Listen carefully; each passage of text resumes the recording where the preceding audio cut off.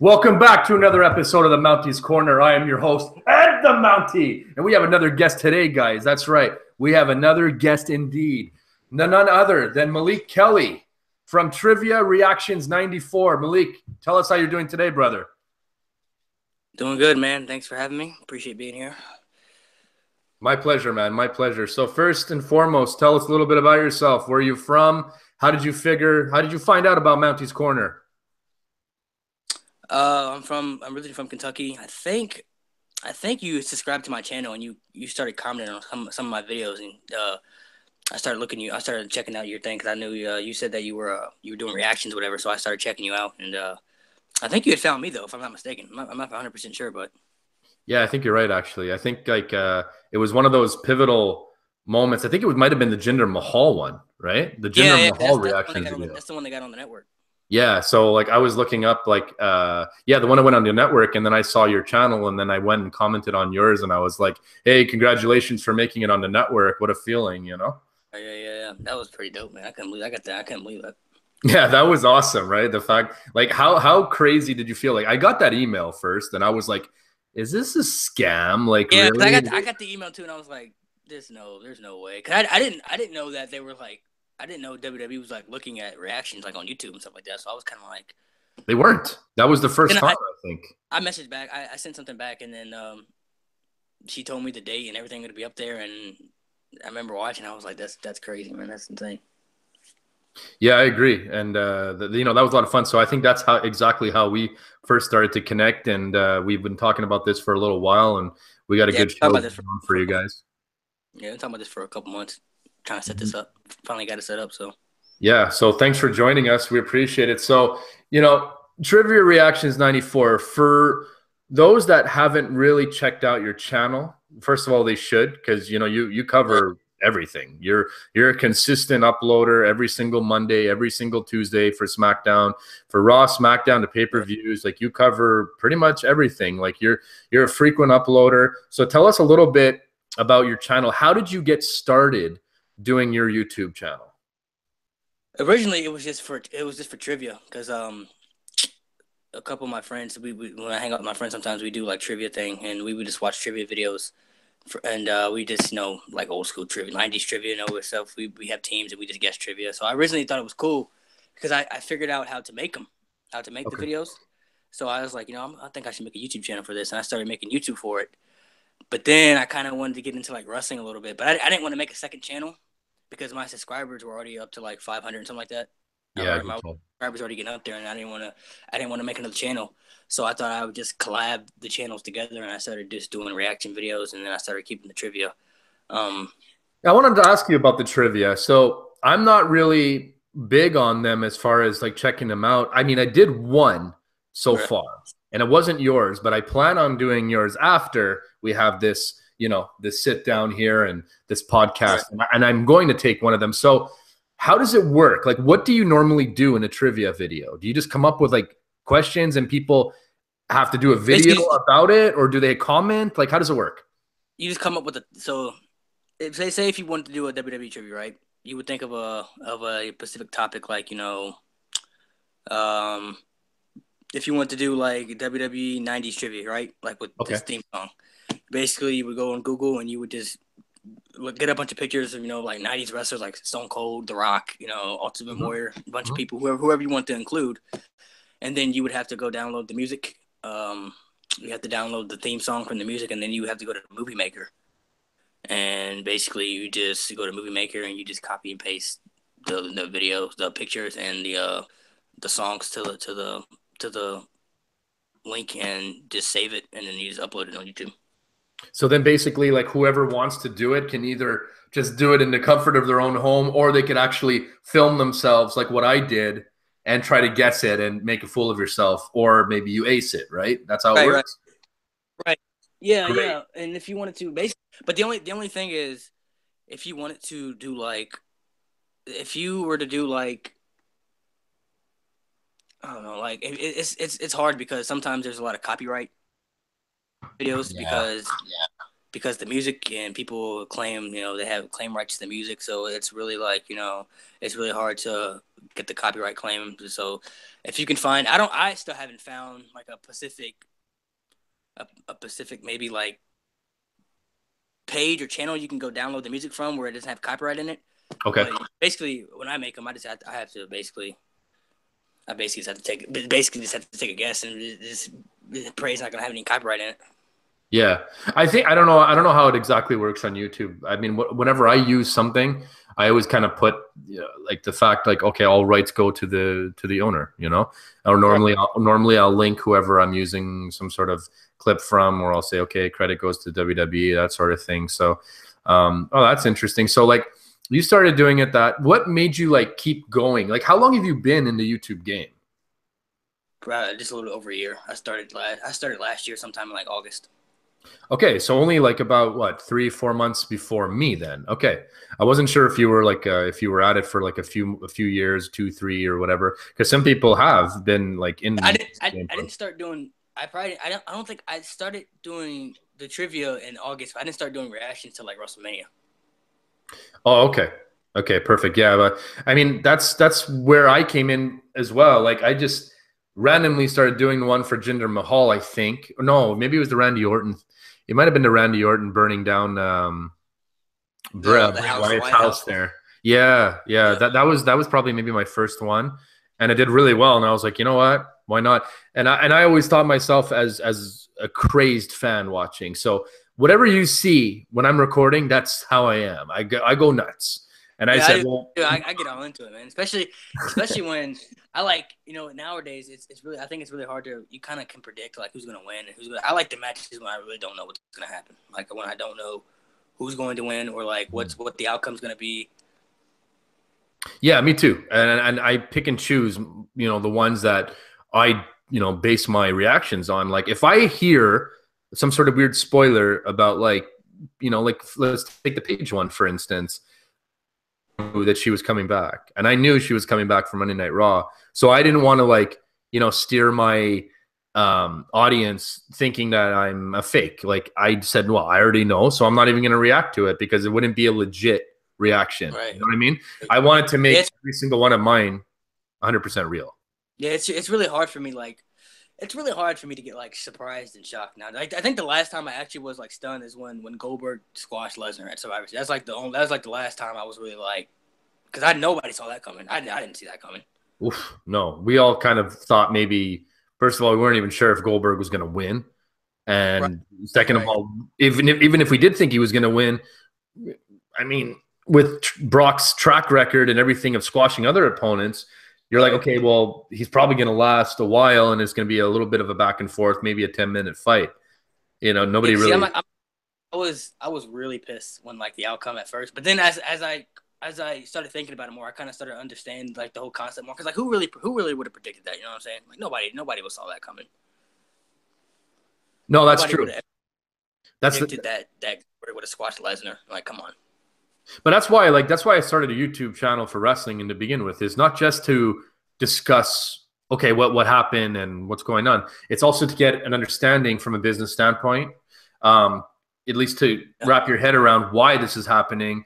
And sometimes it's easy to sort of get lost into that feeling when you first watch it and react to it, and then you kind of sit back and say, well, actually, I guess I can kind of see why they did it that way, even if you don't agree with it.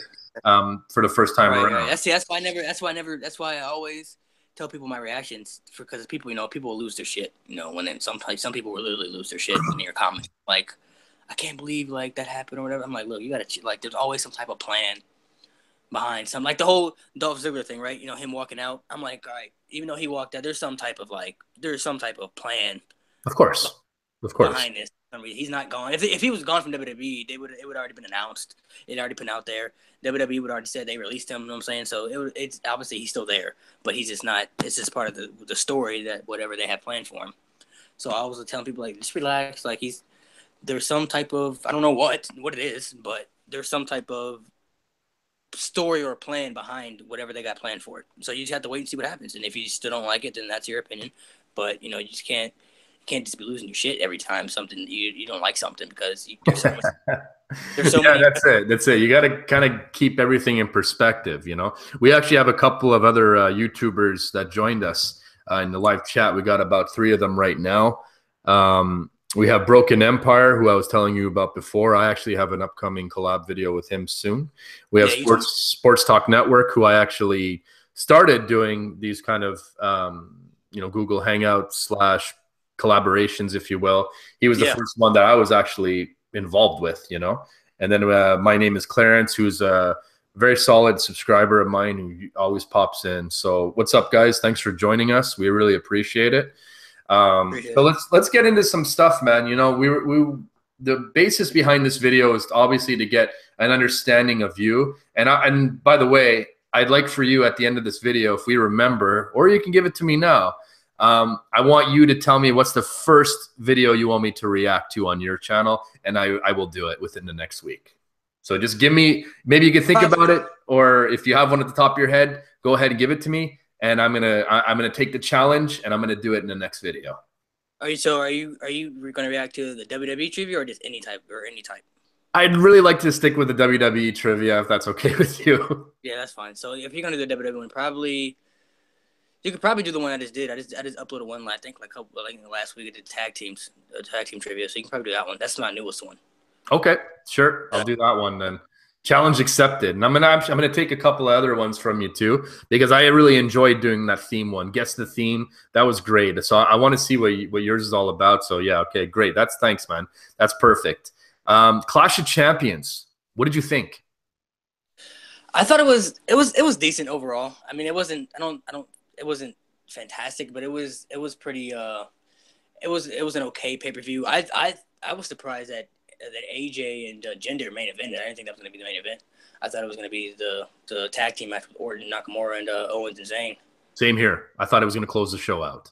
Yeah, because I thought there was going to be some type of crazy twist to it, But I'm cool with how that match ended. That match, I think it ended kind of the right way, I obviously expected Owens and Zayn to win. I didn't expect them to lose. So, right. I just didn't know how the finish was going to be, but I was pretty cool with it. The pay-per-view wasn't bad, but it was all right. Did you like the ending of the tag match? And do you like the direction they're going with Daniel Bryan and Shane McMahon? So the whole thing I'm confused what they have. I don't know if they're like teasing that Daniel Bryan may wrestle again, because he's starting to grow his hair out and stuff. And I don't know if if they got something planned for it. I don't know if they have a Shane McMahon heel turn coming. I don't know what they have planned for it, but it's caught my eye, because I'm very interested to see what because I don't think, obviously I don't see them turning Daniel Bryan heel. I don't see that happening. I don't think people would even want to hate him. So that's what I'm thinking. I'm thinking the same thing. I mean, it would make a little bit more sense WWE wise, at least, for Shane McMahon to kind of go with the heel role, considering he is a McMahon. We have seen that side of him before, that sort of thing. Right. It's like what we were talking about in the last podcast with Nate Dogg. The fans are going to depict whoever the face and heel is anyway. Daniel Bryan could easily just go right back to his role of being against the authority. However he wants to do that, he can do it in a heel way, or he can do it in a face way, and everybody's going to get behind him. It's just going to be one of those things. He's just the underdog. People are not going to. It's different, Like the era of wrestling is now. It's so different, because back when when we were growing up, bad guys were people hated bad guys and people like good guys. This is how it was. People you just didn't like the bad guys. You know what I'm saying? Like the bad guys were just terrible, and you didn't root for them, and the good guys were good. And it's so different. I think it's really hard for it to be. That's why I like Jinder Mahal so much, because it's hard to be an actual heel that people just don't like. You know what I mean? Like it's really hard to be a legit heel that people don't like, because people are always heels. Like Owens is supposed to be heel, but people love him and people don't hate him. Mm-hmm. Sami Zayn the same way. People he kind of getting booed, but people still kind of like him. You know what I mean? Braun Strowman he never gets booed. Well, here's the thing though. It's like, I find now it's like with the way people react to things, and especially if they're in the live audience and stuff, they're so busy they're just in shock or in awe or whatever, that they're not really making that, like, the noise as far as booing like whoever is doing something in a heel way. So as a result, they're kind of silent, and the fans of the heel characters are so loud, and they're like, yeah, yeah, I get him, that you hear that so much more than what you used to. Whereas before, when a heel would do something really like heel way, you know, in a heelless dynamic, or however you want to call it, it would be in such, like, everybody would be in an uproar because they love the face so much that you would you would never hear those fans, right? And there was always fans like that around. If you look back at stuff in the 90s, you know, when in that Royal Rumble where like Sid Justice eliminated Hulk Hogan when they were like down to the bottom three with Ric Flair. There were fans that were loving the fact of Hulk Hogan getting eliminated, but you didn't hear it because all the crowd was just going crazy over the fact that Hulk Hogan just got eliminated, and they're like, "What? No!" Right. But if you really look closely, you can see those fans. But now they're just in such shock and awe, and they're looking around like, "What's going on?" And it's so quiet that you actually hear the heel fans, the real smarks, the marks, the guys that really like the heel characters, and they're just going they're going bananas, you know? Right. So especially nowadays, man, like when you go to the audience, man, this is heel crowds, man. Especially in certain towns like, you know, like Chicago and all that. Those are like heel crowds. You know what I'm saying? Those crowds are rough. So rough, man. New York, Philly, Chicago. Montreal, too, honestly, man. Montreal likes we like our heel wrestlers too. Like we like that stuff that you don't want to see, you know, and that's the way we act too. The thing that we're, you know, because the Royal Rumble was in Philadelphia again this year, and I'm like, you can't do nothing crazy this year because the last time they were in Philadelphia is when Roman won, and that crowd was beyond pissed. Well, this is what I'm trying to say, right? Is because, you know, the Rumble's in Philly again. There's so many, like Brock Lesnar is in a triple threat match again. When if you remember, he was against Seth Rollins and Cena. Awesome match. And then that was a really good match. Yeah. So yeah, borderline match of the year that year, I would think. But any similarities that it's just like, ooh, are they gonna go with this thing again? And if they thought that Roman was booed hard the first time, oh boy, can you imagine what happens now? Yeah, especially now they got the Women's Royal Rumble now, so this is the first time ever. Can't screw this one up. Can't screw that one up. That one has to be, because that's probably gonna kick off the show. I would imagine that's probably gonna be the first match of the night. Well, it should be. And this is not a shot at the women wrestlers. I really don't want it to be the main event. Not because I think they could do it eventually if they want. Sure, I'm okay with that. But for the first time, I don't think it needs to be. They're not going to be. There's only going to probably be like 15 women. There's not going to be 30. I think there's going to be 30. I think they're going to use all 20 or however they have. They can do two, but if they don't, I don't know if I don't even think they have 30 women on the roster. So they'll probably bring some legends back. I would imagine. That's what I'm thinking too. They bring a couple of legends back. Maybe they add like one or two more NXT call ups, if you will. And if they're not going to stick with the main roster, they don't have to stay on the main roster, right? You could bring up an NXT talent for the Royal Rumble and then send them right back on Wednesday night for NXT for all I care. But just it'd be cool to just. I'd like to see it fill up to 30 because that's what a Royal Rumble is. A Battle Royal is 20, right? I would be fine if they did 20. I wouldn't be upset about it because I know there's probably. I mean, they're gonna have all women in there except for Charlotte and Alexa Bliss because they're the champions. So obviously they'll probably see who they can get back and bring back. But Trish Stratus, Lita, you know, guys people like that. I feel like I know who's gonna win, but I'm not for you just never know. Anything could happen. So I mean, this is the first time ever. I love the idea, to be honest with you. I'm 100% on board. I think it's important. And you know, some people are kind of they're snaring at it. They don't really love it, but why? Like, let's face it, Royal Rumble is one of the most watched pay-per-views of all year. Other than WrestleMania, it's right there, right? So why not have it? And I was like, if it was up to me, I'm like, when I was growing up watching this stuff, I would have been totally fine with like 2 matches in the Royal Rumble, or even 1 match in the Royal Rumble, and you made that Royal Rumble like a 2-hour long thing, I wouldn't have even cared. I would not have cared. If you would have spread it out to like in every minute or 2 minutes, if you would have spread it out to every 5 minutes, I would have been fine with that. You know, like this is my favorite pay-per-view of the year. I'm speaking for myself.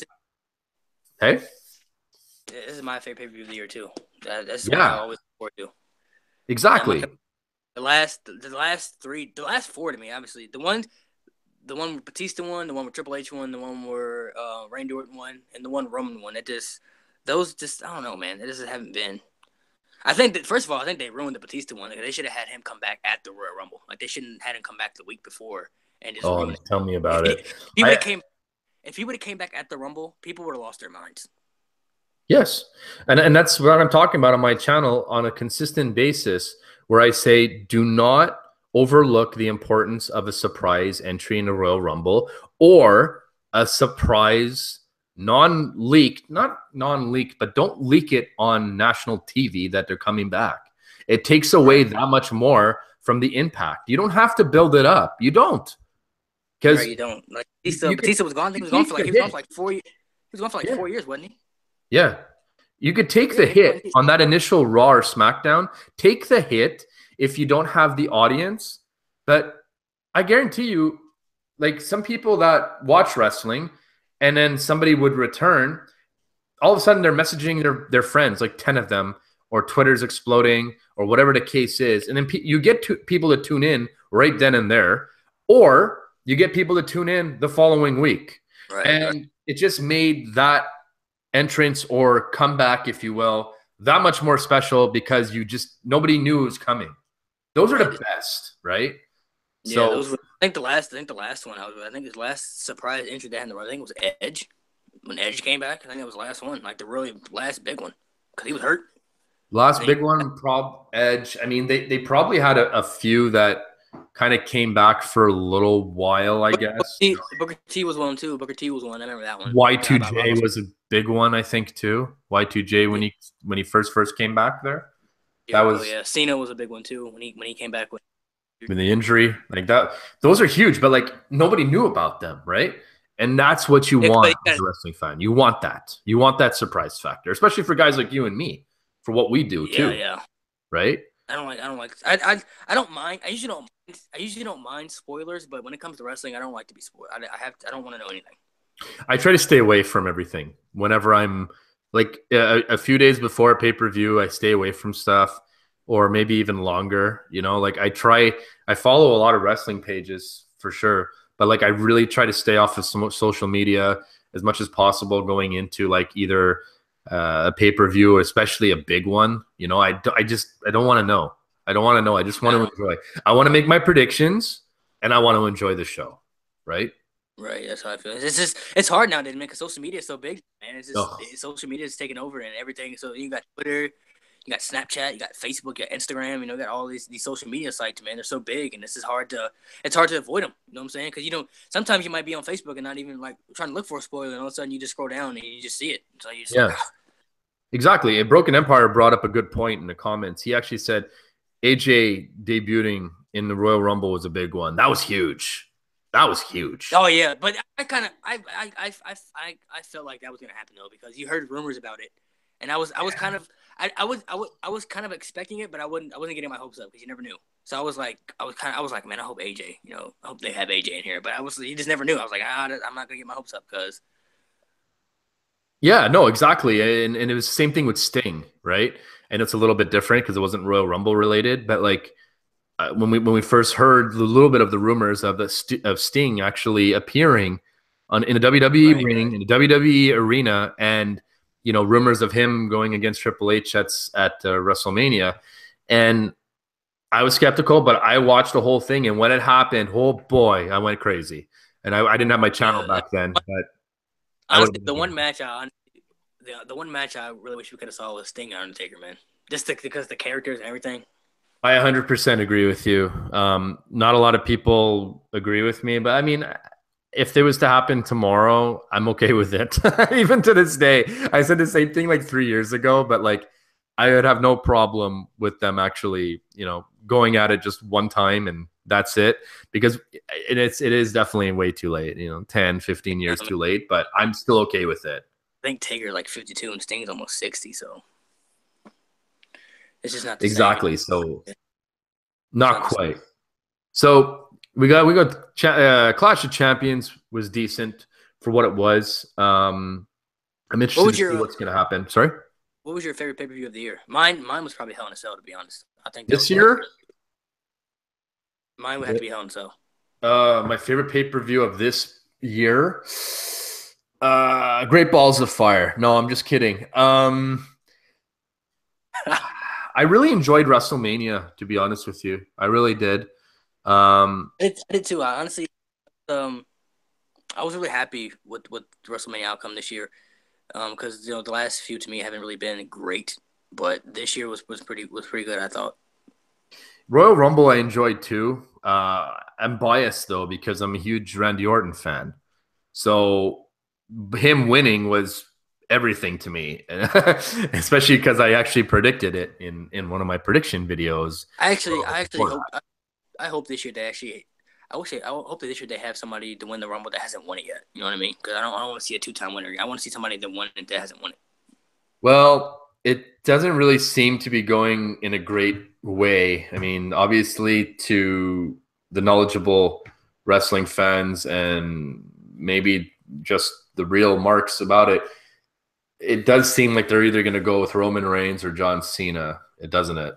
I honestly feel like I think they're gonna do Roman and Brock at Mania, but I think I could see Nakamura winning the Rumble, really, because I think that he's gonna face AJ at WrestleMania, and if AJ still has the belt, I would imagine that would be. I think first of all, people wouldn't lose their minds if Nakamura won, and that match would be a dream match for everybody. So it's win-win. No matter how you look at it, it's win-win if Nakamura wins. And I don't want to just see him. I don't. Yeah, go ahead. In the main event, I'm cool with that, but just Roman doesn't have to win the Rumble to get in that spot. They can do some type of tournament or elimination chamber match, whatever they have to do. Yeah, exactly. Like it's really tough to pinpoint. Like there's a lot of different people that can actually win this thing, and I would be very happy with Nakamura, and especially if Nakamura is to be like maybe somebody that entered like midway through or something, or maybe early on in the Rumble. Like, let's show what he really has, Let's show him. I don't want to see him come out at like 29 and win. Like, I don't want to see that. Yeah. I want to see, let's see what he's really about. I want to see the strong style the whole way through. He should come out like maybe like number 12 or something like that, right around there. 10, 12. Yeah. 10, 12, something like that. I would even be okay if he was 5 or 6. Yeah. I'm sure he's got the endurance to go. I don't see a problem with it. It should be him. Obviously, is a good pick. I would even go with The Miz. The Miz would be a solid pick for me, especially if he's going to return. I think people would go crazy. It's a good, solid pick, especially depends on who's going to be the champion, right? Obviously, it seems like AJ Styles is going to walk in as champion, right? And Brock's going to be the champion for Raw. So I know, but if Miz was to win, I would like move him over to SmackDown as a heel, and give him his dues, because he was Wrestler of the Year this year. If you look overall, they named him Wrestler of the Year, and it's huge.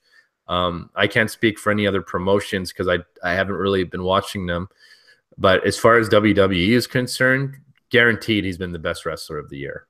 The best. I said this in one of my reactions too. I really hope that the Usos get a match at WrestleMania this year. I pray to God that they have a spot on the card, because they're always in the pre-show, and they've been killing the tag team division this year. I don't know who they could face, because they didn't work with New Day. I would say Rollins and Ambrose, but obviously Ambrose, he just had surgery and everything. I don't know if he's gonna be back in time for that match. So I don't know who they could face, but they could do a TLC match again. I wouldn't care, but they had to have a spot on the WrestleMania card. They have to.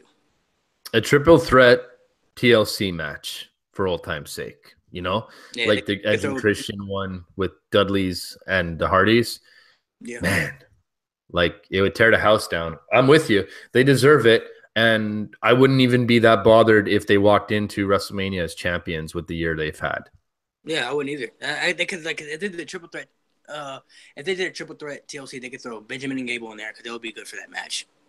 And then they could throw either New Day or Rusev and Aiden English or the Bludgeon Brothers, whoever, for that spot. But the Usos have to be at WrestleMania. They can't be in the Andre the Giant Battle Royal, or no, they have to be on the card. Agreed. It's going to be interesting to see which way they're going to go. Now they have Shelton Benjamin and, Gable that are the number one contenders. It's very strange how they got those guys to be the number one contenders. I guess they're just going to face them on SmackDown, I think. But yeah, I thought it was going to be enough for the Rumble.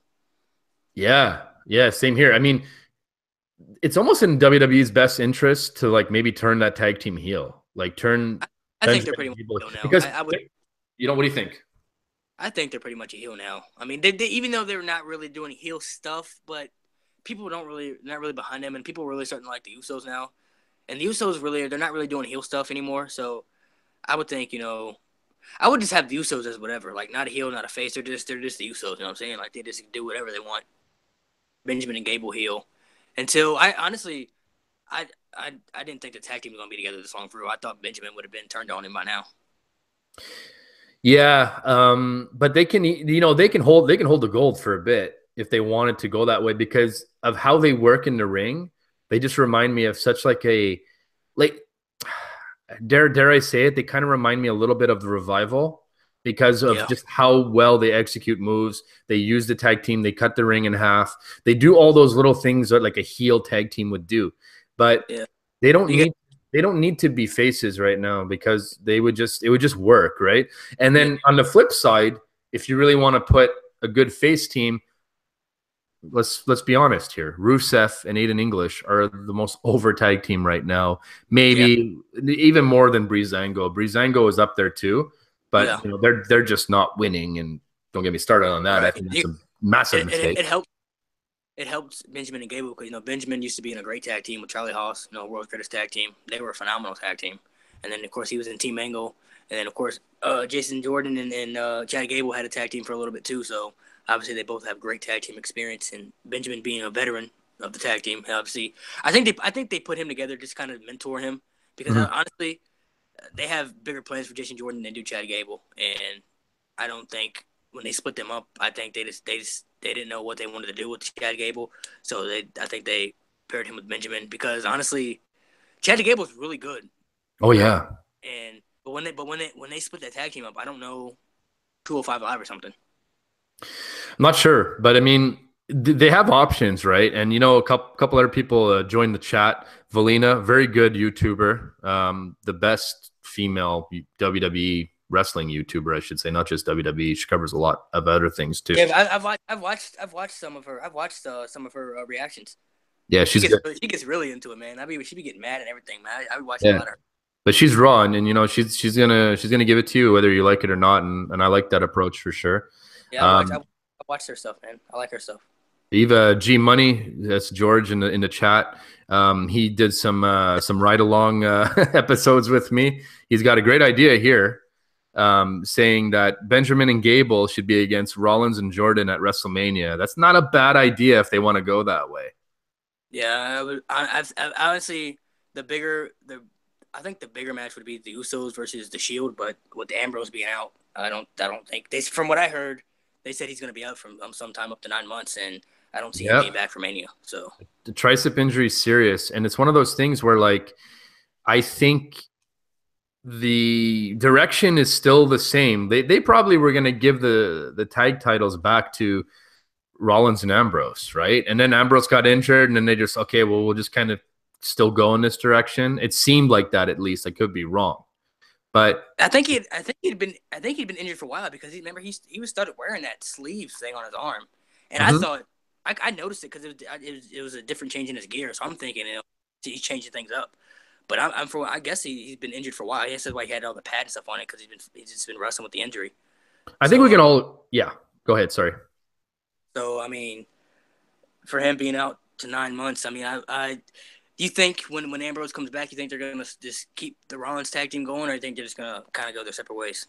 They have to go their separate ways right away. When Ambrose comes back, can't be announced or anything like that. He needs to come back, it's some big fashion and look like he's going to help Rollins, and then he just turns his back on either just Rollins or Reigns too. He needs to be a heel when he comes back, 100% in my mind.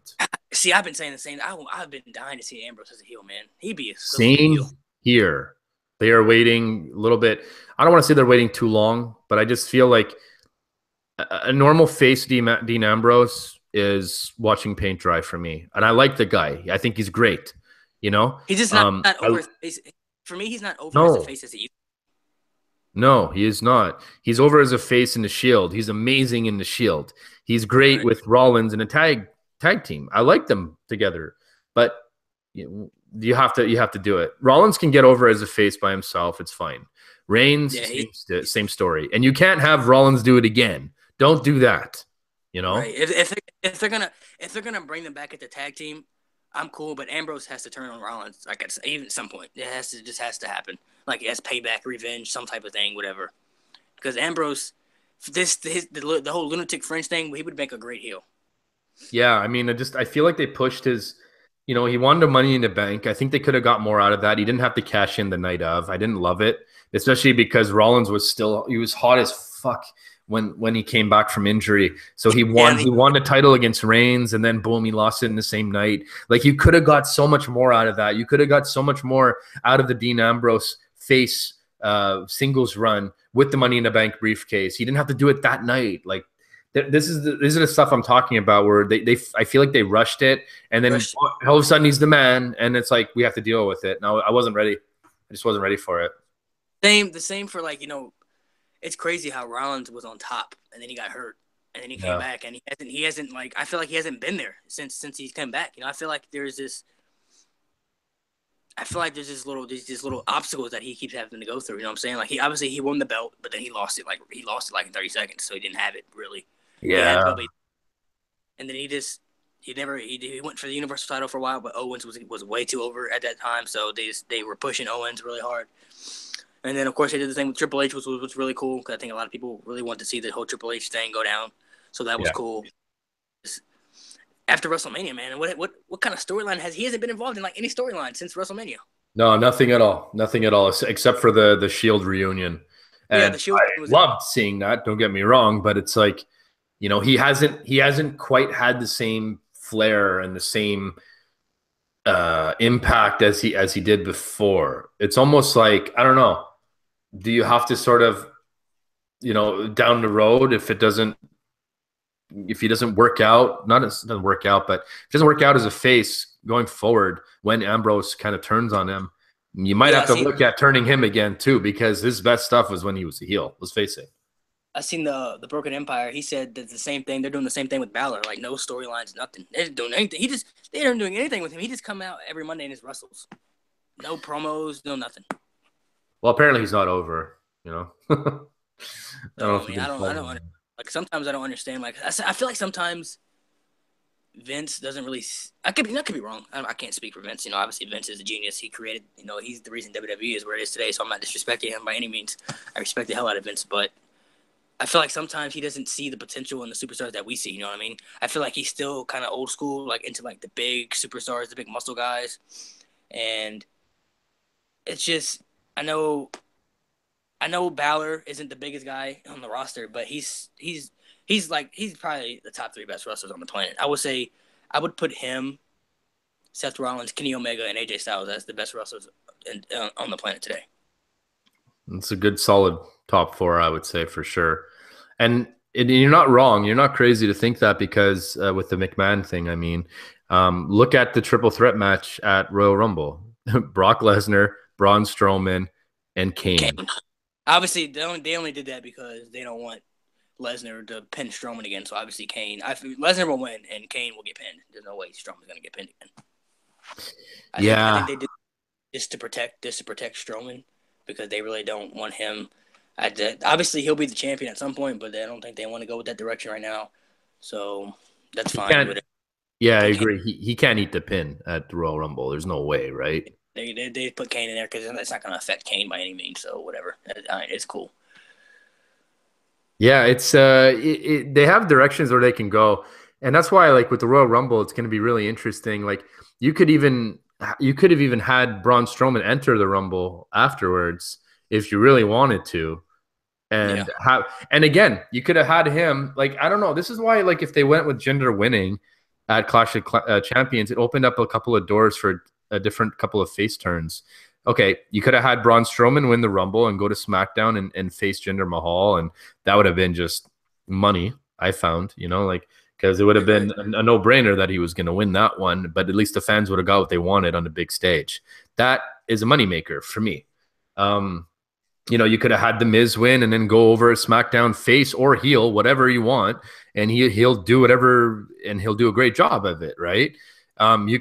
That's another angle you could have went with, or you could obviously have Strowman win at the Royal Rumble and then go face against Brock Lesnar, and then you have the one-off, and Strowman finally gets his due. But it doesn't seem like they're going to go that way. It seems like they really are focused on Roman Reigns versus Brock Lesnar. And the funny part about it is, he has the Intercontinental Championship right now. So is he going to lose? Right. Is he going to lose the IC title and then win the Rumble? Because everybody wanted him to lose the IC title on Monday Night Raw, right? When he was against Samoa Joe, right?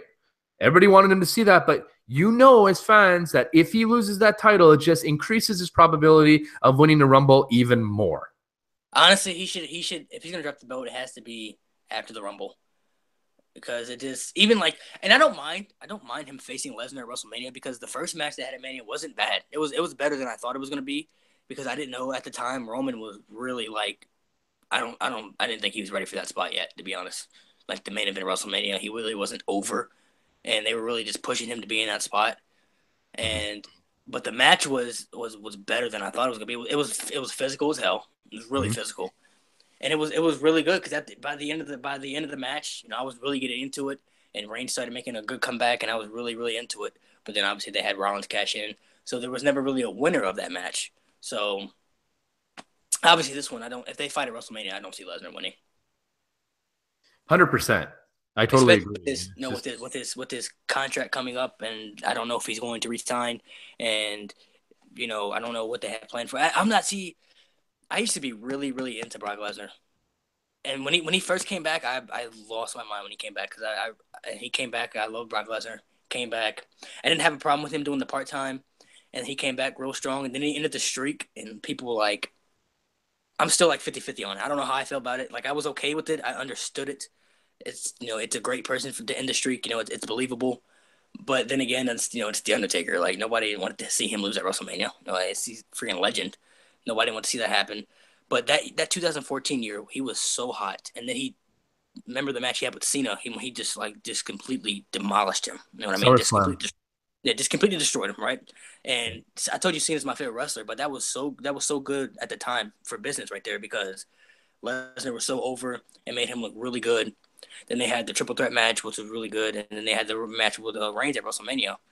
And it's just, I feel like ever since then, I've lost so much interest in him, because now when he comes out on Raw, his segments aren't long. They're not they're not the same. You know what I mean? Like, Paul Heyman would come out and he would cut these great. He still cuts great promos, but he would cut these intense promos that would get you into it. And Lesnar's segments were really long, but just now his segments aren't really that long, and it's just, I'm losing so much interest in him. It upsets me, because I like Brock Lesnar a lot, and I don't have him being a part time, but he doesn't need to be the champion. I don't need for him to be the champion. I mean, if you think about it, he's gonna go into WrestleMania as the champion, and he's basically had the belt for a year, and no one defended it like 3 times. Yeah, and this is nothing new. And Heyman, on a number of occasions, is good enough to carry the feud just by him alone. Lesnar didn't even have to be there for half of the the promos in the middle of the ring. It was just Paul Heyman selling it. He did that with The Undertaker. He did that with all kinds of other ones that I can't think of right now, but it's there. And it's always going to be like that, it seems, as far as I'm concerned. But you're right. He doesn't really need. You can still have him wrestle. You can still have him do like a one-off against somebody at WrestleMania, and everybody would love it, Or he just be a special attraction here and there. But he doesn't need the title for that to be important, right? Exactly. They don't. And what upsets me is they don't give him they don't let him wrestle anymore. Like, people are always like, oh, Lesnar can't go, he can't. If you go back to watch his old matches with like Kurt Oh Angle, yeah, way different. bro, Way different. he had great matches back then. Like Oh yeah. before he did this whole Suplex City thing, before he started suplex people, he used to have fantastic matches with people. Like he can actually wrestle, he can go. They don't let him. He just does his suplex thing. He'll come in there for like he'll wrestle like the whole match with Joe. That match was terrible. It Yeah, was not a good ground and match. pound. Yeah, I What mean, is that with people not being able to kick out of the F5? You know what I'm saying? They get F5 once and then they get pinned. Like, okay. it's gonna be interesting to see what they do with Lesnar going forward, especially if he's obviously not gonna win.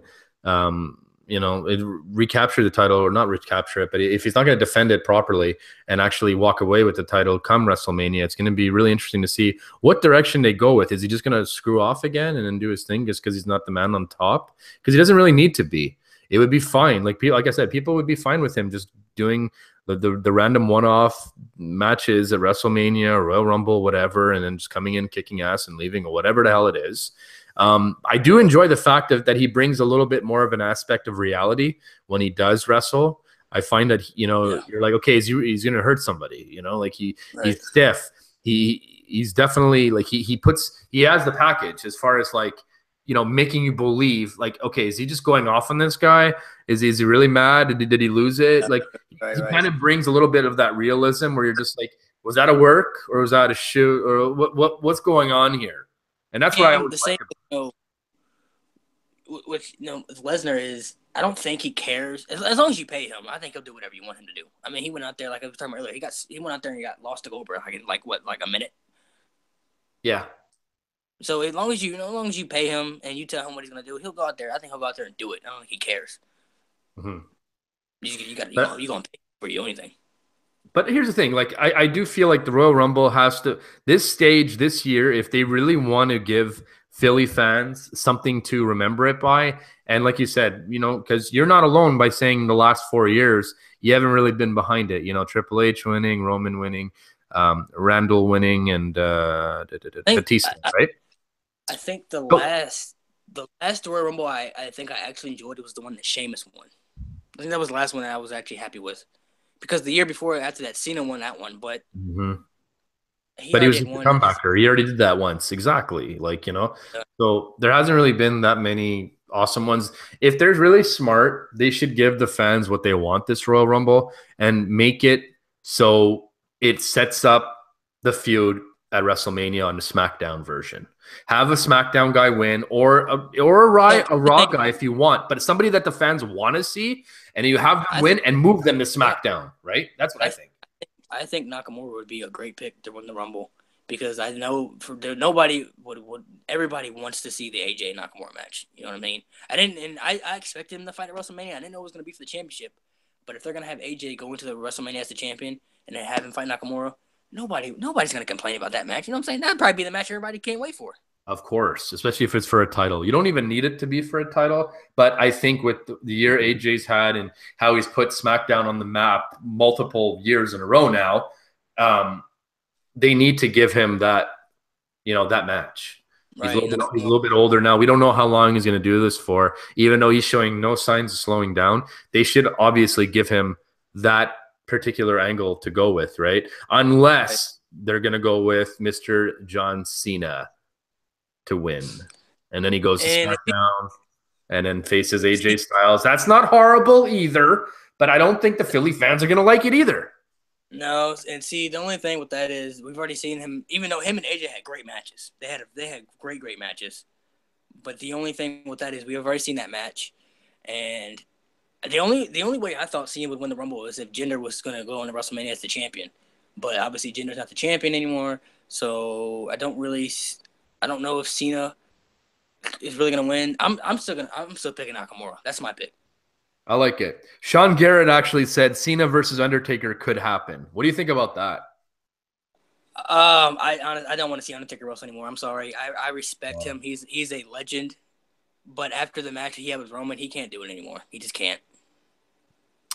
He can't do it. Even though I think his heart is still in it, and it's hard for me to. It was hard for me to accept. You know what I'm saying? Because I grew up watching Undertaker like we all did. He's one of my top favorite wrestlers of all time. And the whole character of the Undertaker is it's just so cool, and I have so much respect for the man. But it's just nobody can escape Father Time. You know what I'm saying? And it's just his age is catching up with him. He's already had 2 hip replacements. He's had all types of injuries. He's busted up. You know what I'm saying? He sacrificed so much for wrestling, and I don't think he can do it anymore, man. He can barely do much. I mean, he doesn't. If you notice I think the last real match he actually had was with the Hell in a Cell match with Triple H at Mania, and ever since then, I don't think he's really like the match he had with Brock wasn't great because he was knocked out. He got knocked out in that match, so he really didn't know where the hell he was at. The match he had with Bray was decent. The match he had with Shane was okay. Whoa. Undertaker, first of all, the match he had with Bray was okay, but it could have been a lot better. I think, if I remember right, it was a slow taker and injured Wyatt, because I think Bray Wyatt had that bad leg or the bad foot. Yeah, he had a bad. So it was doomed from the start. Like it could have been a little bit different. Yeah, and then the match he had with Shane was okay, but the only thing that made that match is when Shane jumped off the Hell in a Cell. Yeah, of course, right? So I mean, Cena versus Taker. But the build up to that match, the Shane and Taker match, was really good, man. That was a really good build up because it was intense. It was a lot at stake. It was a lot on the line. But I knew the match in general wasn't going to be. The match wasn't going to be as good as it would have been, maybe 5-10 years ago. You know what I'm saying? I would be okay with for sure. It's not going to be the same, but Shane helps with the build up, even though he's commissioner of SmackDown and everything else. That's why he would even help the Daniel Bryan comeback if they were going to go this way. And it would be friggin' good. It's good TV, man, from here until Mania. If they're going to go in this way, this helps SmackDown that much more because of this little tiff that they have going down, and they don't really like each other, not really looking at things the same way. You can really slow burn that, man, all the way. You don't have to give an answer right now, but you can as you go. This can give you months of TV, months, if they do it properly. Right. I seen somebody comment and said that Taker will be at the 25th anniversary Raw. I forgot about that. He actually will. So I'm interested to see what he has to say. I don't know if he's gonna announce his retirement or if he got something planned. But that's coming up. What, January 3rd? Is it? No. When is it again? No, it's I think it's 25th of January.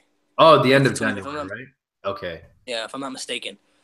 But like I said, no disrespect to Taker. I understand as wrestlers, it's hard to give it up. You know what I'm saying? Because that's all you. It's for athletes in general. When you do something for so long and you're so good at it, and you get old, it's hard to accept the fact that and I understand that. But it's just he can't do it anymore, man. He can't. He just can't do it. The match with Roman he had was not good. There were so many botches in that match, and even though Roman tried to do what he could, it's just. He just can't, man. He can't do it anymore, man. He just can't do it. I'm sorry. It just can't. Yeah, it hurts to say that for myself, too. I kind of agree with you. And especially what they did last year at the end of the WrestleMania, where he kind of leaves his glove and the cloak in there and all that and the hat and whatever. You can't just, in my opinion, you can't just act like, okay, everything's fine and he's good to go again. That really seemed like, okay, he's done, and having Roman be the one to actually defeat him, that is when they should have went. He was the hottest heel at that point, technically, even though he wasn't a heel. But they should have ran with it, man. That Raw after WrestleMania where Roman beat Undertaker to close out the show. Oh, man. God, they hated him, right? See, and the thing is, I think, first of all, Taker I think he should have retired once the streak ended. Whenever, I always said he either should have retired when he went 25-0.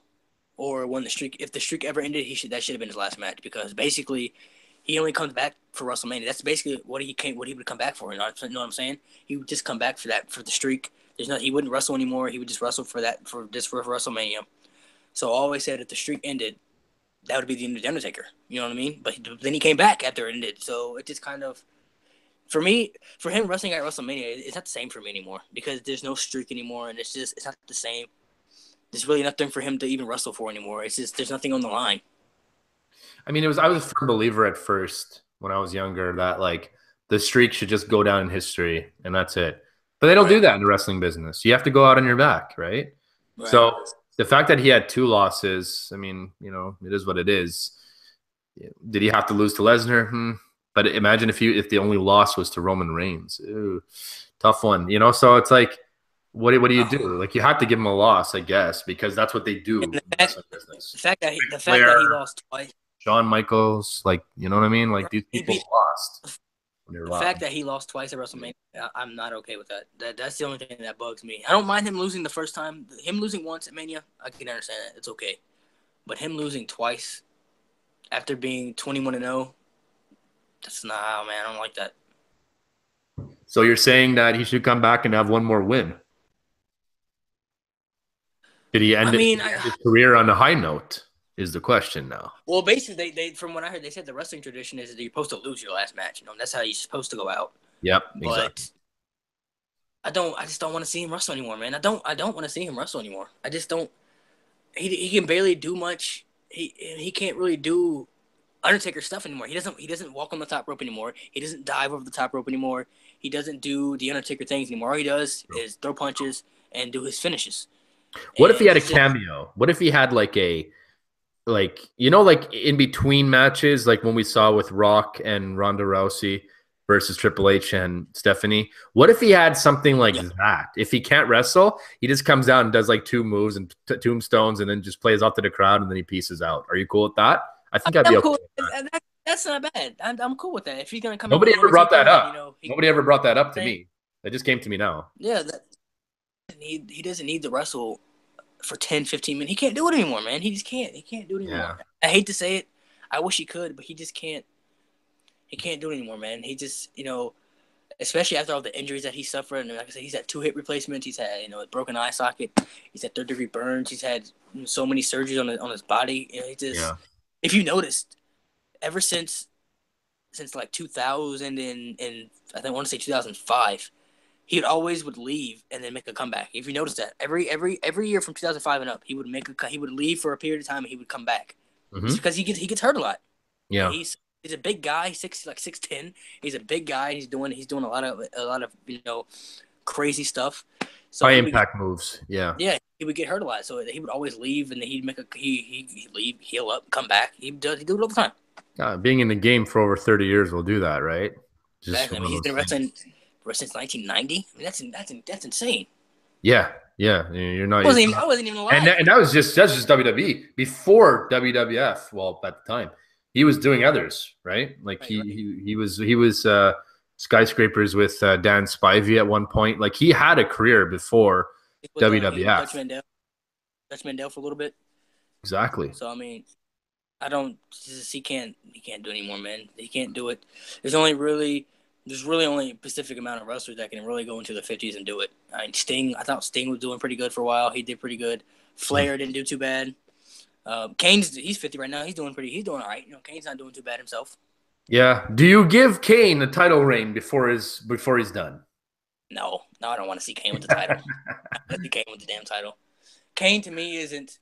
There's only really been 3 Kanes that I was really into. Obviously, the first Kane. The first one? The first one was the best one, by far. Kane, to me, was probably the most scariest superstar of all time. Like, Kane put fear into people's hearts, you know what I'm saying? Like, he was, like, legit scary. More than Undertaker when he first started? Really? Oh, that's a tough one. I would put this because of the mask, and he didn't speak, and he was just kind of like, he had the different contact in his eye, and he would just kind of, to me, I would put him over Taker just because of that reason. Just because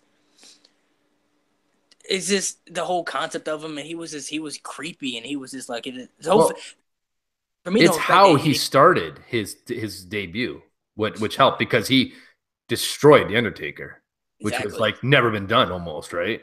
So and I would say that Kane would be that was freaky.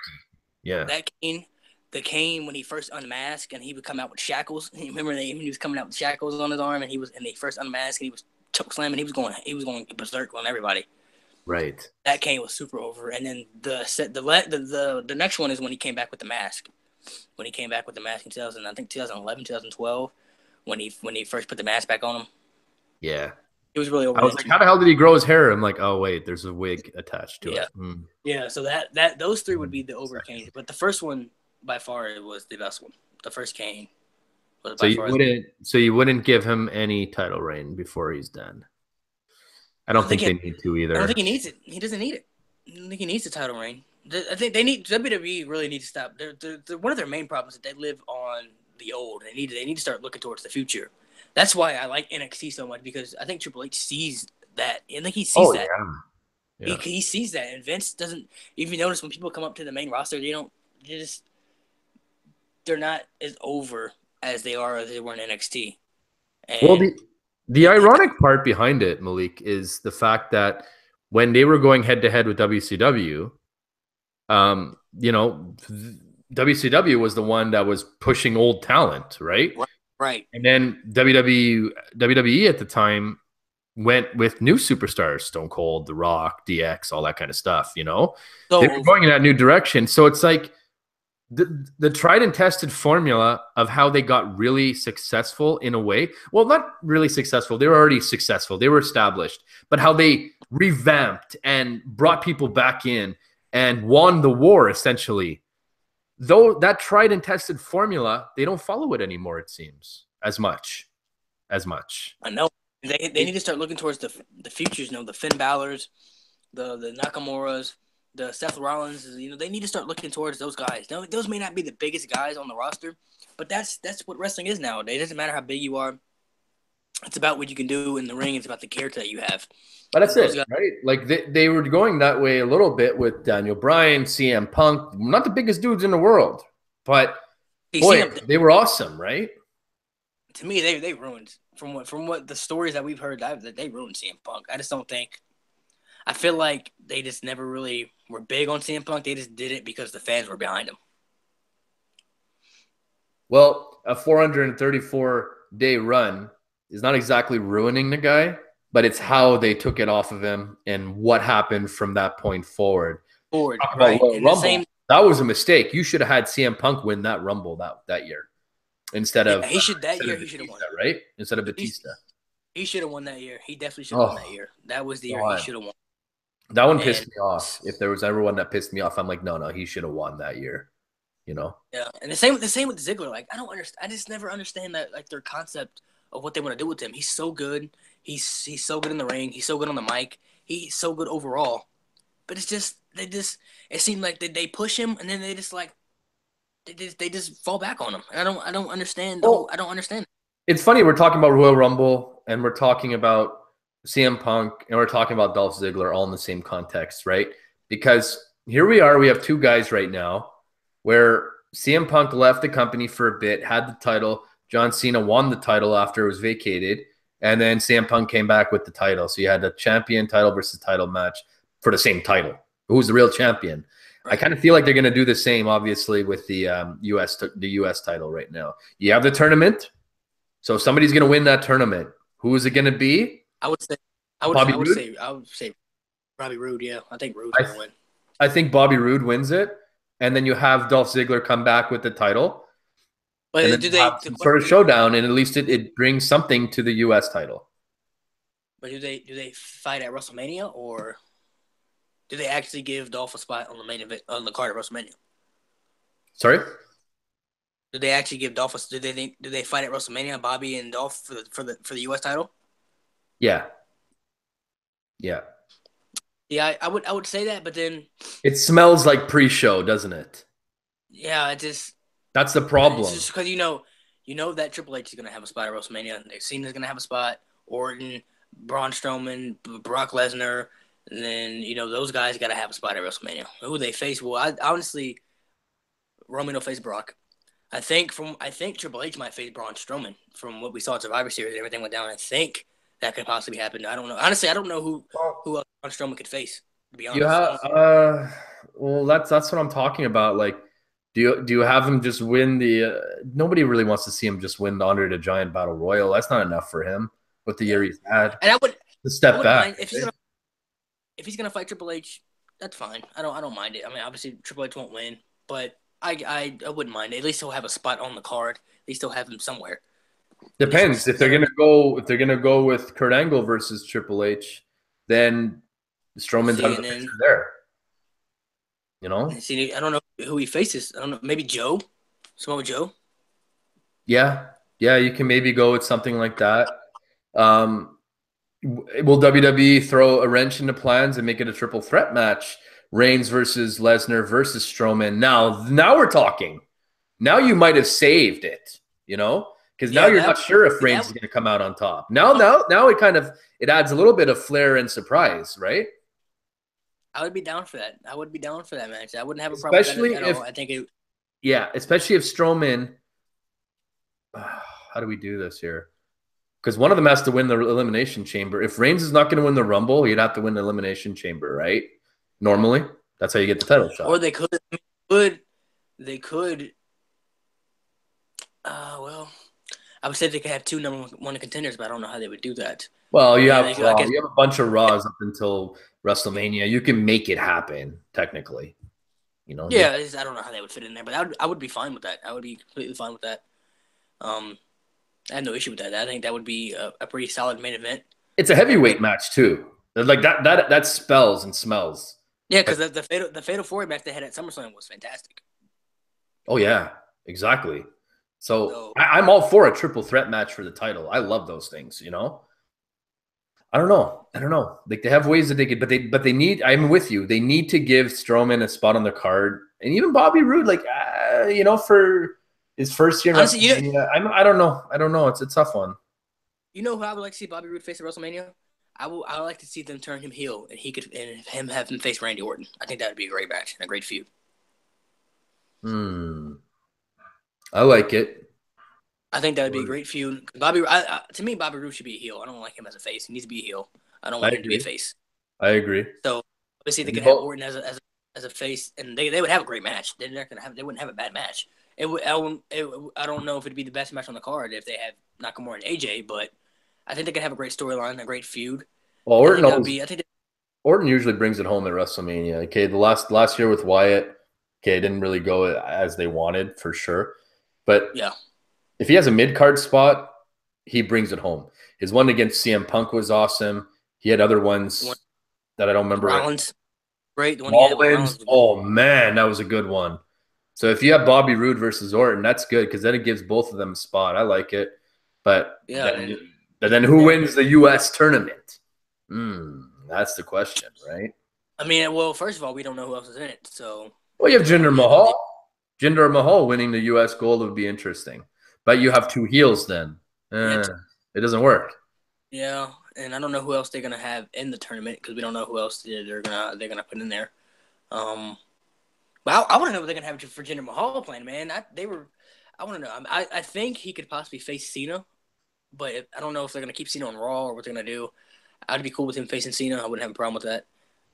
But I don't know how they would just flip Cena to SmackDown. You know what I'm saying, like, he just put him on SmackDown, like, just for no reason. Like, hey, Cena's on SmackDown again.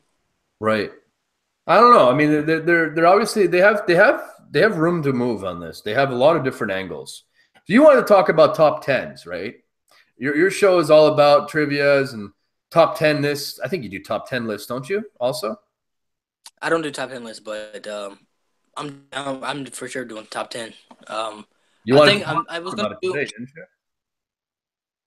I'm about doing trivia about my top 10 favorite wrestlers, but I don't want people to lose their minds because I don't want people to overthink. I don't want people to think that I'm just naming the top 10 wrestlers that I think is great. So yeah, I might do one, but yeah, we can get into the top 10 for sure.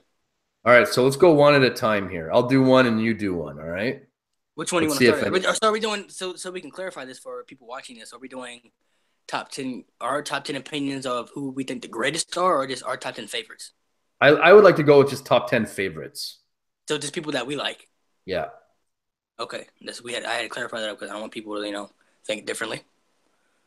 Cool. So go for it. What do you got? So if we're gonna do top 10, you want to start with tag teams or greatest superstars, divas? What do you want to do? Oh, I shouldn't say divas. We could do tag teams. Let's start with top 10 favorite tag teams. My favorite tag team of all time would probably be the Shield, to be honest. Oof, of all time, really? That would probably be my favorite now. I'm really into them, man. I'm really into the Shield. The theme song, I'm really into everything about them. The Shield would be my favorite. Evolution would be number 2. My third would probably be DX. My fourth one would probably be the New Day. I'm really into the New Day, even though some people I've seen like a lot of people don't like them. I don't know why. I really like the New Day. My fifth one would be Charlie Haas and Shelton Benjamin. I really liked them when I was a kid growing up. Oh, the world greatest tag team. Now we're talking. See, they were really favorites. You have a lot of newer tag teams for sure. I can appreciate that, but it's like with Shield. Who was it? Like, because you had all three of them. Like, is there anyone in particular that you liked the most, or Roman? Roman, yeah. A lot of people don't like Roman, man, but I'm big on. I like Roman. I like him. He's important to the business. Rollins to me would be the best. He would be the best wrestler in the group, but I think Roman was my favorite. Gotcha. But that would be my Los Guerreros. I really loved them growing up. Eddie Guerrero and Chavo. Nice one. Really big them. Good pick. Right? I was a really big Eddie Guerrero fan, man. I remember when he passed away. I was crushed when he passed away. When I found out he passed away, because I didn't watch the Monday Night Raw when they had the tribute to Raw for him. I didn't watch that, so I didn't know he had died. I didn't know he had passed away until I watched SmackDown. So I had no idea about that. But I put Los Guerreros at 6. Four Horsemen would be number 7 for me. Okay. Number 8, I would say Rock and Sock Connection. I really liked them. I thought they were really good together. I thought Mickey and Rock were a really good team together. Yeah, I mean, I don't know if they're just. Tell me, anyways. It's your favorite. I'm not going to say anything, you know. But yeah. I like them together. I just really thought they clicked together. And then my last two would be the Hardy Boys and Edge and Christian. Okay, so yeah, you could see a little bit of the age gap here from your list to my list. Actually, I would probably take. I had to move New Day back down to the bottom and put the Hardy Boys up at the top. Got to. It was yours in order, or was it just like no order particularly?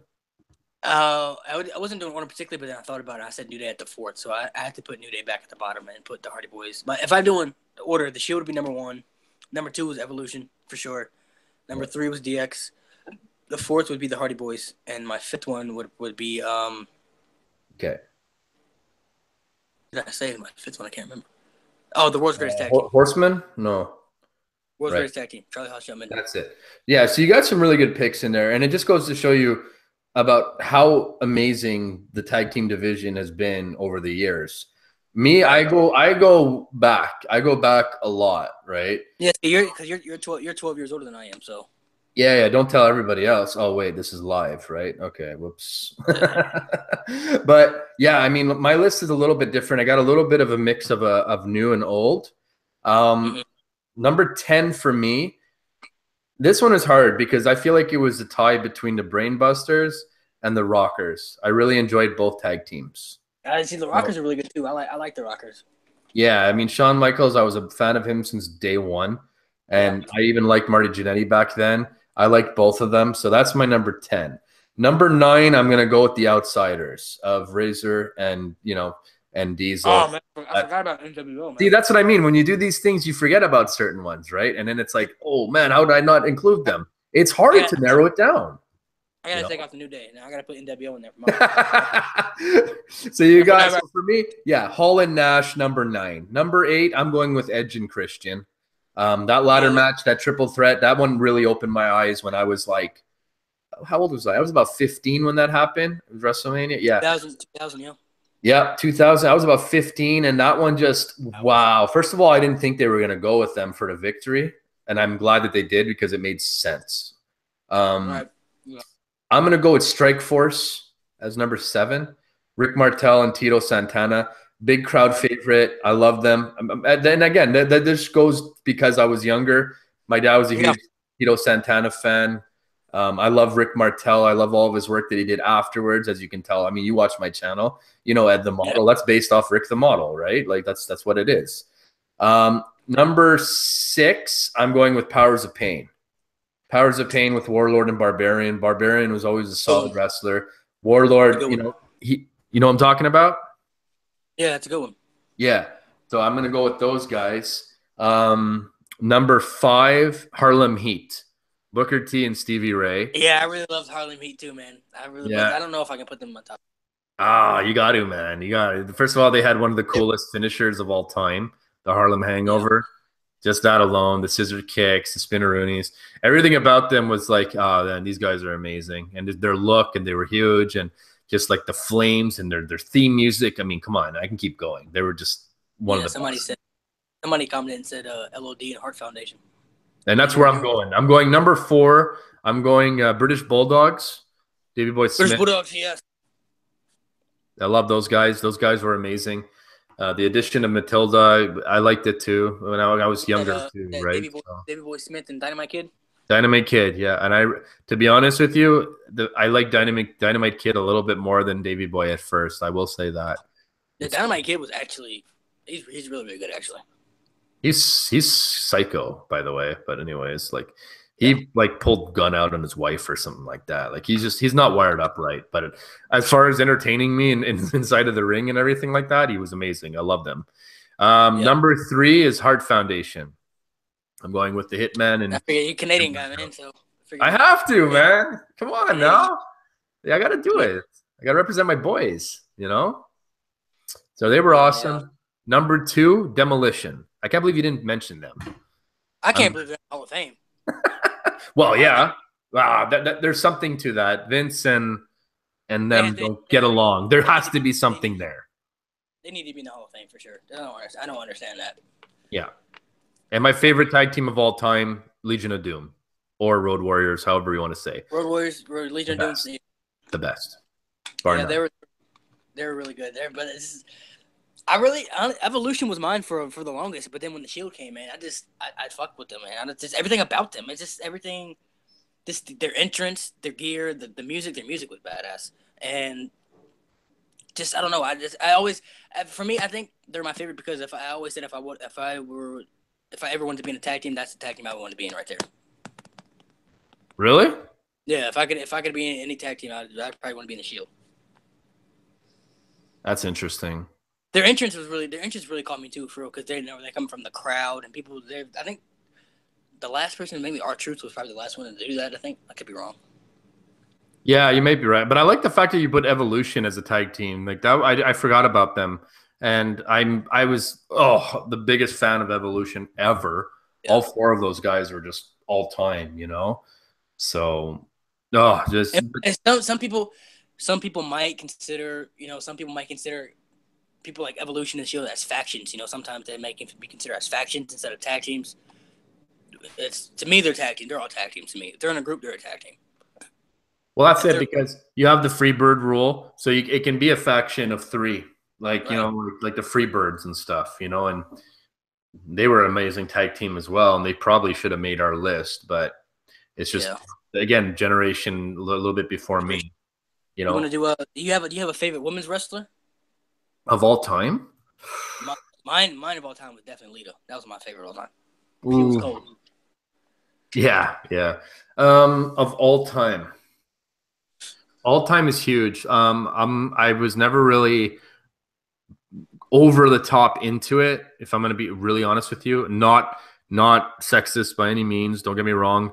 I always liked Moolah. I liked others that, you know, I liked AJ Lee when, you know, she was going crazy and stuff. I liked her too. I really liked Stratus. You know, like these are big names that I was like, okay, I'm starting to get into it. You know, I didn't like it all the time, but like I like those ones. You know, I like Trish. I like Moolah. 2 that I probably liked the most were Lita and Tori Wilson. I don't know why. They were Tori Wilson was smoking hot, so I think that's the only reason I really liked her. Sable was good too. Sable was like, you know, Medusa, Alundra Blaze. I liked her. Beth Phoenix. I really like Beth Phoenix too. Beth Phoenix was awesome. But I have to say, like, the one that I actually really got behind and I bought a T-shirt was Charlotte. Charlotte's the only one that, like, I ever bought any merchandise from a woman standpoint. She's unbelievable, man. She might go down as the greatest ever by the time she retires.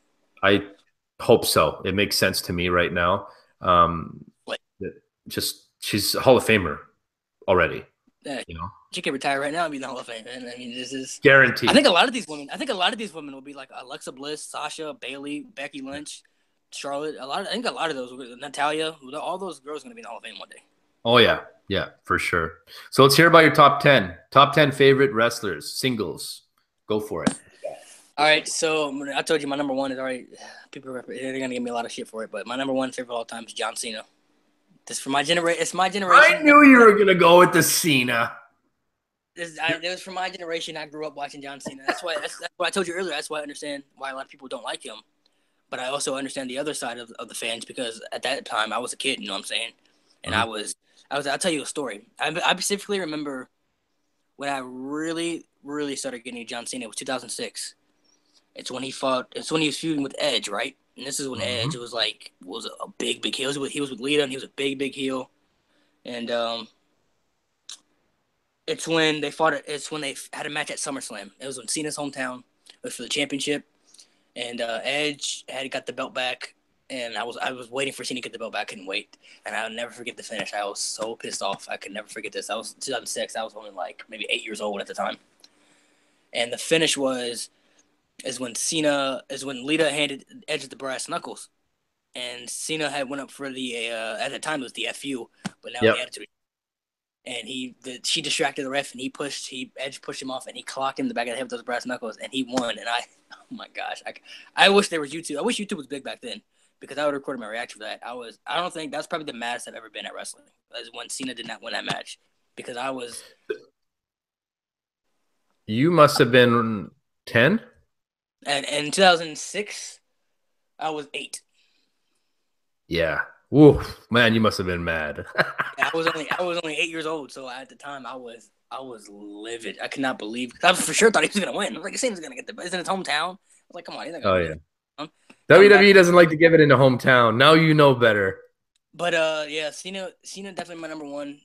Even though nowadays when he wrestles, sometimes I like to see him lose. Like when he fought AJ, I didn't want him to win just because it was the right thing, and AJ needed to go over more. When he fought Brock, I didn't want to see him beat Brock either. So I understand what everything is about, but Cena's just this is my favorite of all time. My second would probably be Undertaker. Undertaker would be my second. My third would be Eddie Guerrero. My fourth would be Kurt Angle. My fifth would be Brock Lesnar. Sixth would be Shawn Michaels. Yep. Seventh would be Booker T. My eighth. Booker T in the top 10 favorites. Wow, I didn't see that one coming. Yeah, Booker T. I was real big on Booker T as a kid, and he was one of my all-time favorites growing up. My eighth. And you didn't even pick them in Harlem Heat. Yeah, I know. I wasn't big on the Harlem Heat tag team, but I was big on Booker T as a single. Wow. Except I didn't like when he was King Booker though. I hated the King Booker character. Come on, that was good stuff. That was good. It was good stuff, but I was a kid then. You weren't a fan of the Pinky and Queen Charmaine. You didn't like that. No, I hated when he was King Booker. I couldn't stand it. My eighth would probably be Mick Foley. Mick Foley would be number 8. Number 9. Man, it's so hard. When you get to the end, it's really hard. Mm-hmm. Number 9, I'd say Chris Jericho. I was never big on Jericho until really much the end of his career, and I just realized how good he is. He's just so good. So Jericho would definitely be in there. He makes all non-believers believers. Yeah, for sure. If you really pay attention. My 10th one, I would probably have to say. I gotta think because I gotta make sure I get it right. Cause I don't know. I gotta make sure I get this on the dot. I don't know. Oh man, it's so hard to choose when you get down to there. Well, top 10 alone for favorites, it's ridiculous. Exactly, man. It's really hard. My 10th one would probably be. Oh man, probably Edge. Okay. I would say Edge. That's why I love doing this, is because your list is so different than mine. But now that I hear yours, I'm like, man, I probably should have threw in a couple of those for sure. And I didn't put Stone Cold in mine. The Rock's not in mine. Didn't put Randy Orton in mine. Batista, Ric Flair, Triple H not in mine. So yeah, there's some big names, right? But it's all about. It's not a 10 best of all time. It's a different category. It's a way different category. Right. Those are obviously all greats right there. But those would be my top right there. My top 5 definitely would be John Cena, Undertaker, Eddie Guerrero, Kurt Angle, and Brock Lesnar. That's my top 5 right there. Very nice. So for number 10 and 9, no particular order.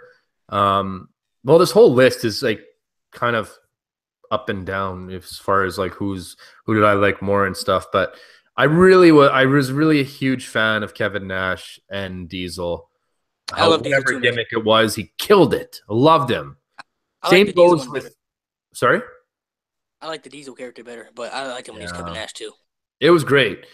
Same thing for Razor Ramon and Scott Hall, however you want to address them as. Those two got to be 10 and 9 for me. Although when I was younger, when I was like, 9 years old, 8 years old, like those were my two favorites ever almost, Yeah, like the Razor Ramon character is one of my it was favorites. The theme super song and over everything, man. 90, 93, 94, 95. These are big years. 96 NWO. Oh, like love those two guys. I went crazy when Hogan and those guys teamed up. I was like, oh my god, it's like my top 3 favorite wrestlers of all time at that moment, and they're all in Yeah, the group. How do I not like them? I didn't even care. I was like an early teenager. I was like what, yeah, 12 how years could you old. not? I didn't even care. You I just- went. That was the first time I started going for bad guys, like the most. Yeah, the first bad guy I think I probably really liked was probably JBL. That's a random pick. Wow. I didn't He's see. probably the first bad guy I really started to get into. Right. So I have those two guys. Number 8, I'm gonna go with Ric Flair. Yep, All time. greatest of all time, probably in my opinion. And yeah, and you got to throw him in greatest of all time category as well. But as far as my favorites, like I always loved him. He was great. My brother was a big fan of him too. I'm also gonna go with Mr. Perfect. Kurt Love Hennig, Mr. yeah, Love Mr. Perfect. I love everything from his gimmick to his music to his in-ring ability, his matches. He should have been a world champion in WWF, but that's another story. yeah. I'm gonna go with Macho Man. Massive Randy Macho Savage, Man yep. fan. Got to go with him. I actually watched the match on the network the other day with him and Hogan at WrestleMania. Oh yeah, solid. WrestleMania 5, right? I watched that match a couple days Oh, ago. so good. So all right, so that was number, what was that? 6, 9. No, wait. 10, I think 9, 8, 7, 6, 5. That was number 5. Macho Man's number 5. Number okay. 4, I'm gonna go with Shawn Michaels. Yeah, Love I think him. Shawn Oh, Michaels is in most people top 10. How could he not be? yeah. Again, he's arguably top 10 greatest of all time. You can't not have him in that list. Right. Another one I'd like to throw in that list, and number 3 for me would be Bret Hart. Love Bret Hart. Okay. Canadian guy, man. I understand. You forgot him, I think, but it's okay. But the Hitman, he's the man. He's the man. And Yeah, Bret Hart I was never really into Bret Hart though. yeah, this one here is more of this is me being a mark, and I took a little hiatus from wrestling back in um, I think it was 2004 and 5, or was it 3 and 4? Maybe 3 and 4 if I remember right. And Yeah. this guy brought me back in was Randy Orton. So he's my number 2 Yeah. favorite. Randy. I thought about Old putting him as this. school Orton though, like Evolution. Before that, like his first when he was Yeah. heel, RKO Legend Killer Orton. Woo! Yeah, it was really good. So good, so good. So I've Yeah. just been a diehard since, and no matter what angle or gimmick he has, like I love the Legend Killer more than the Viper. They're way different. See the 2009 Randy Orton was. Oh, that was hot. That was hot though. That was like hot. He was the hottest heel in the company at that Yeah. point, bar none. Right when he was taking out the McMahon family and everything. And then Yeah, I'm and he started number shaving 1. his I'm head. going to be going with, what was that? And he started shaving his head bald and Yeah, you got the sleeve tattoos and the new music, and it was hot at the time. I'm not gonna lie, it was amazing. I yeah. just kind of, he's kind of growing out his hair now. He can maybe even go back to his old gimmick if he really He's wanted getting to. older, so I mean. But he's not gonna do it. He's never gonna go back to his old gimmick. I just have to accept it. Yeah. And my favorite wrestler of all time is Hulk Hogan. Gotta go with the Yeah. Hulkster. Hulkster, yep. I thought you were a big Ultimate Warrior guy. I don't know why. You're not big into Ultimate Warrior? I was when I was younger. I was, from 5 to like 10, loved them. Yeah. Then once you start really watching the product for what it is and stuff like that, you just there's certain things that either happened or you find out or whatever the case is that you're just like, oh, I've lost a little bit of respect. Yeah. Yeah. Just in certain situations. I'm not speaking ill of him. No, Did you watch his he was Hall of Fame speech? fantastic. Oh yeah. I Yeah. saw everything. Yeah. It's really deep, man. This whole thing was really deep. I like the most recent one that he did, obviously, before he passed. I mean, that whole, that was weird, like Yeah, he made that promo and then died the next day. That was, man, that was crazy. that one fucked my head a bit. No, him dying and Macho Man, those are two that was like, ooh, that one. It upsets me that Macho Man never got to see himself get inducted into the Hall of Fame. I thought that was a shame. The same with China. China's never going to get to see herself get in, even though she should have been in a long time ago. But she's never going to see herself get in there. Agreed. So those ones I'd have to go with as my top 10 favorite wrestlers of all time. It's just one of those things. This is Let me just ask you. So, what did you think about the whole Chris Benoit thing when that first went down? I didn't want to believe it, nor do I want to believe it right now. It's Well, at first, when I first found out he died, because remember they did a big tribute to him on Raw. Remember they did a big tribute thing to him on Raw, and when he died, I was like, man, that's crazy. And then I found out his whole family died, so I thought maybe he got like murdered or something, like somebody killed him or whatever. And they started going into details. I was like, there's no way, man. It was hard for me to believe for a long time. I was like, there's no. Still to this day, I wish there was some kind of evidence, a videotape or something that we could have saw went down inside the house. You know what I mean? yeah, Because same here. for him, Benoit, I love Benoit's matches and everything, and I can still go back and watch his matches and all that stuff. But it's sad, man. To think that one of your favorite wrestlers could have possibly did that. You know what I mean? Did that to his family, and it's crazy. You wonder what was going on in his brain, like what was going on in his mind at that time. There was obviously something wrong. There was something wrong that we'll never really know about. I Right? just couldn't even fathom doing something like that. Just even Yeah, talking man. about it, it's weird. Like, He's a so I'm with you. Like, I thought something happened and it got covered. It was just a cover up. right. Exactly. I I'm didn't know. I'm probably gonna go with that because I don't want to accept the truth. You know. Right. Um, Crazy. We'll never know what happens. It's just people. Basically, we just live off what people predict or what their speculations are. yeah. You hear this, you hear that, but you will never really know. Like you'll never really know what actually went down. No, and it's a shame because everything that he brought to the sport of professional wrestling on and off, he was amazing. And Man, he'll get in the Hall of Fame ever. He'll never be in the Hall of Fame. no, unless there's some new evidence that surfaces, and everything kind Yeah, of he'll never gets. be in the. I've actually heard wrestlers say, like I've heard like Jericho and a couple other wrestlers that they said that they wouldn't even go if he got knocked off, and like they wouldn't even go. What do you mean? Like I've seen Jericho say like I was listening to his podcast and I guess he was taking fan questions and a fan had asked him, "Do you think Benoit should be in the Hall of Fame?" And he said no because obviously Benoit's wrestling legacy was phenomenal. You know what I mean?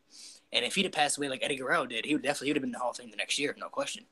But because of everything that went down, he said that there's no way he'll be in the Hall of Fame, and he said that he wouldn't even want to go. Like it would be too hard for him to even go. Yeah, unless somehow, some way, his name is cleared. That's the only And thing, and it got proven to be a murder. Maybe he owed money. Maybe he owed. We don't know. The guy was obviously on steroids. Let's face it, right? yeah, yeah, And they said it was. maybe he owed They said money for that, and or maybe it was mafia related. I don't know. Like, what do I know? It's just. I think they said that his brain was like they said he had the brain of like a 70-year-old man. Like there was like so much brain dead. He was like so much dead spots in his brain from all the concussions that he had. Yeah, the thing that I don't understand with that is if he had the mindset of a 7-year-old man, how would he get around from hotel to drive to Yeah. taking planes? You know what I mean? Like, these are the things where I don't understand, And because I've you heard get lost. If you have Alzheimer's, you get lost, man. You don't even know how to get home. I've heard wrestlers kind of say that Benoit was kind of strange anyway. Like he was always kind of the outsider. You know what I'm saying? Like 1 second Like, he'd be there, 1 second he wouldn't be there. He was kind of strange himself. So we'll never know. That's it's a shame. a shame, man. It really is because he wasn't. I wouldn't say Benoit was one of my favorites growing up, but I've always loved watching his matches. Oh His matches. yeah, man. Whenever he was in the ring, I was watching it. Let's put it that way. You know? Exactly, man. His matches were by far. He's probably. I don't think there's probably a more intense superstar than Benoit. To be honest, I mean his intensity was. unmatched. Was his intensity was. I always say that probably the most two intense superstars I've ever seen were probably Benoit and Goldberg. Their intensities were just so. Obviously, Goldberg's not nowhere near as a great wrestler as Benoit is, but Goldberg's intensity for his character was so strong. It was just so believable. His just everything about Goldberg, the Goldberg character was so intense. It was so real. And the same with Benoit. Like he was this. The one that made him even better was that he had the whole package. He was a great wrestler, and he had the intensity with his character and everything. He was just so physical, man. His matches were so physical. They were so good, especially the matches. Have you seen the match he had with Kurt Angle at the Royal Rumble? Oh yeah, for sure. I watched that match about a week ago again, and that match is that's probably one of my favorite matches I've ever seen. Yeah, there's been some great matches that he's put on. He's a very technical guy, and he was quick, and he was a high flyer, and he was a ground and pound guy, and he was submission artist. Like there was in all aspects of the word, he did it. He did everything. Yeah, he did everything. It's rare, man. Rare that you get a guy that can do all of those things. Let me ask you this: do you have if you had to pick? What was probably the most shocking moment to you that you've seen in wrestling? Like your number one. Shocking. Mine definitely had to be the streak being broke. That to me, there's nothing gonna break that because you really. Yeah, that was a good one. Even though you really. I mean, there were opponents where you kind of felt like maybe they'll beat him, but you never really believed that the Undertaker would lose. You know what I mean? You never really believed that he would lose. And you would always have speculations like, oh, maybe he would, maybe he could get it, maybe he could do it, but nobody really ever believed that it could happen. But I would have to go with. I have a few of them. Hulk Hogan joining the NWO. That was huge. That was in mine too. That one was in mine. That one was good.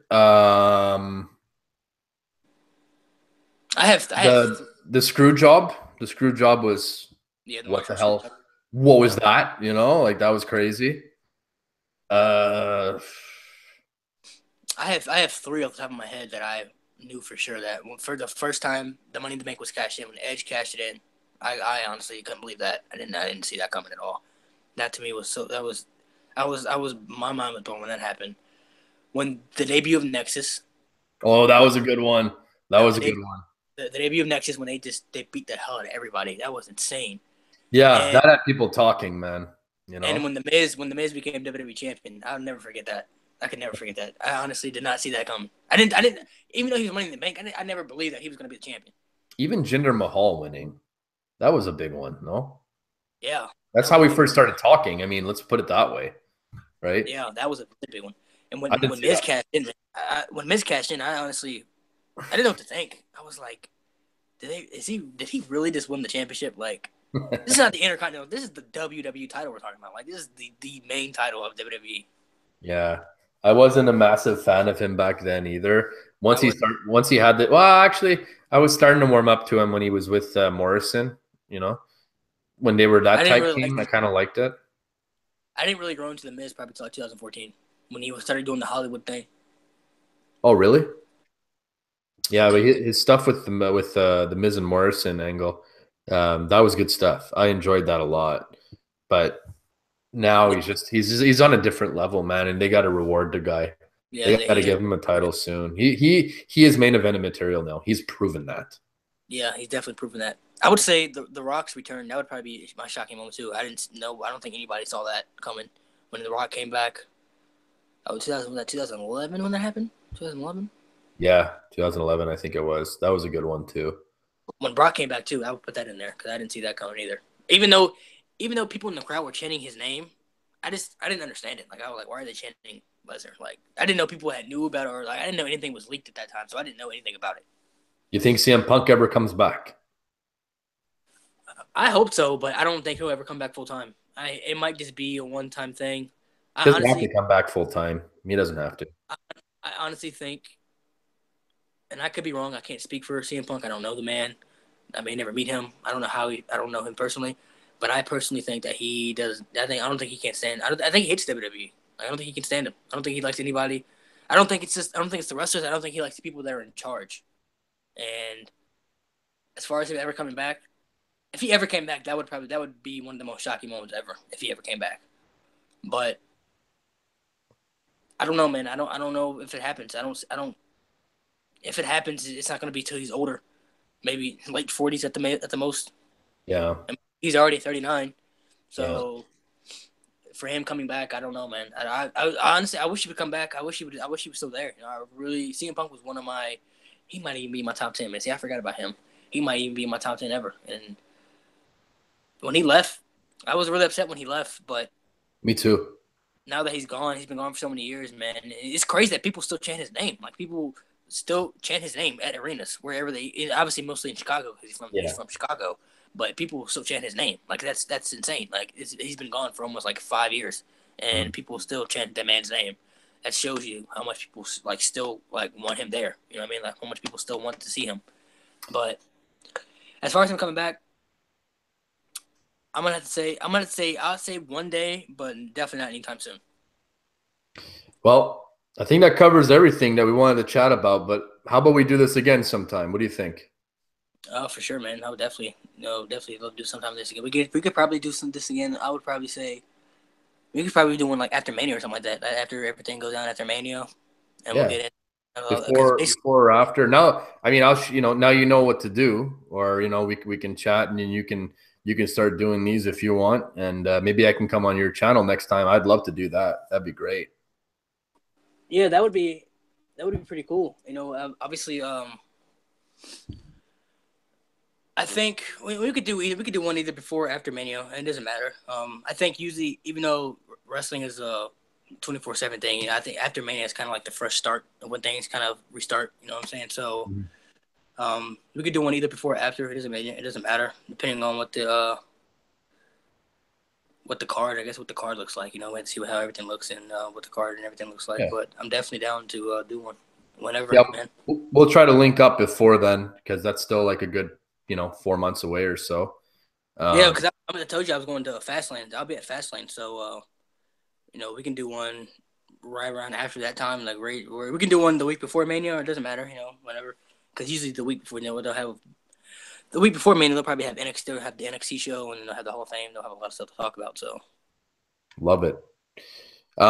So yeah, thanks for being on the show, man. I really appreciate it. I know a lot of my subscribers. Hopefully you guys can go check, Malik over here out. Give yourself a second and tell everybody how they can find you. I'm going to put your channel in my description box so people can go, sub over to you and check out your content. But go ahead, let people know how they can find you. Definitely can find me at my trivia/reactions94. I do a bunch of. If you're a wrestling fan, definitely check me out. But I also do trivia videos. I do I maybe do like 90s trivia or movie trivia or cartoon trivia, whatever. Just I'll try to find a topic that people will watch and stuff. But definitely you can check me out there. You can check me out on Facebook at Malik Kelly. I have Instagram as well. Malik Kelly 94 is my Instagram. So you can definitely check me out on my social media accounts. But I do reactions every Monday, every Monday and Tuesday for Raw and SmackDown, and I'll do one reaction on pay-per-view depending on what the match, probably the bigger match of the night.